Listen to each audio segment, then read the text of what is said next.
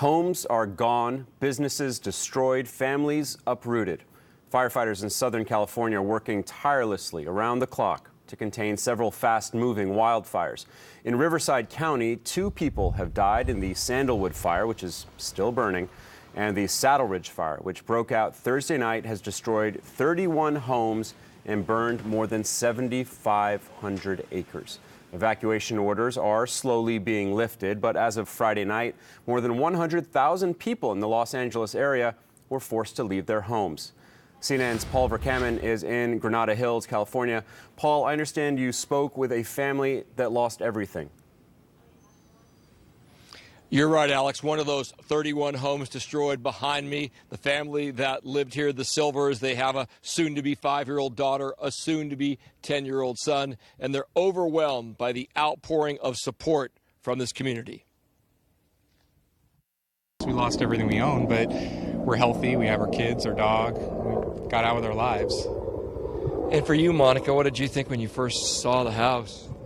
When we came back yesterday, it wasn't really a surprise. When we left, there was fire on 3 sides of the house. And when we came out to the cul-de-sac, there were no fire trucks. And we looked at each other and we said, I don't think the house is going to be here when we get back. So it's not a surprise. I mean, it's devastating, but it's not a surprise. In talking to Iyad and others around here, and talking to you as well off camera, extremely tight-knit neighborhood. Yes. And a lot of people already stepping up and offering to help. And Yes.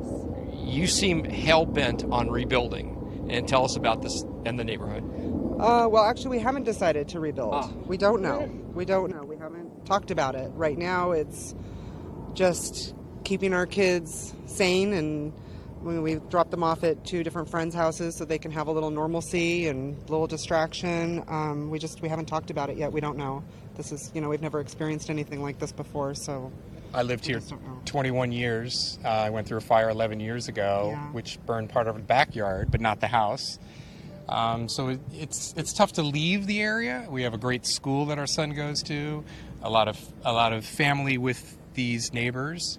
So it would be hard to leave, but looking at the road to rebuild is hard. It's not. It's daunting. It's, I don't know that we want to go down that road and have to deal with all of that.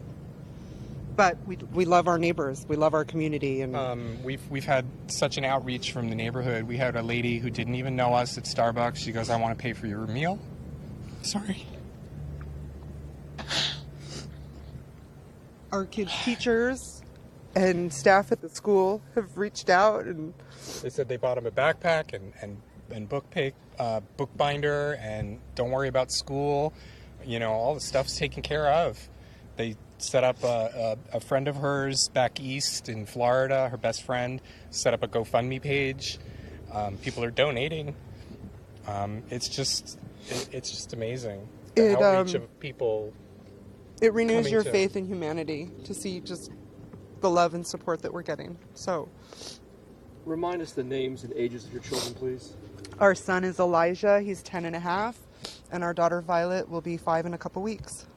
And when you think of an elementary school age kid like Elijah and a teacher who notoriously sometimes don't have enough supplies, goes out and gets a backpack, that's pretty touching. It's amazing.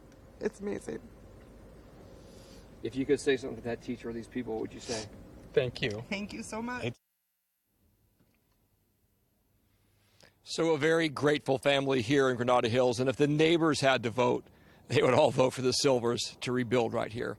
Back to you, Alex. Remarkable resilience from people who have lost so much. Our thoughts, of course, Paul, with the Silvers and everyone in that community. Thank you.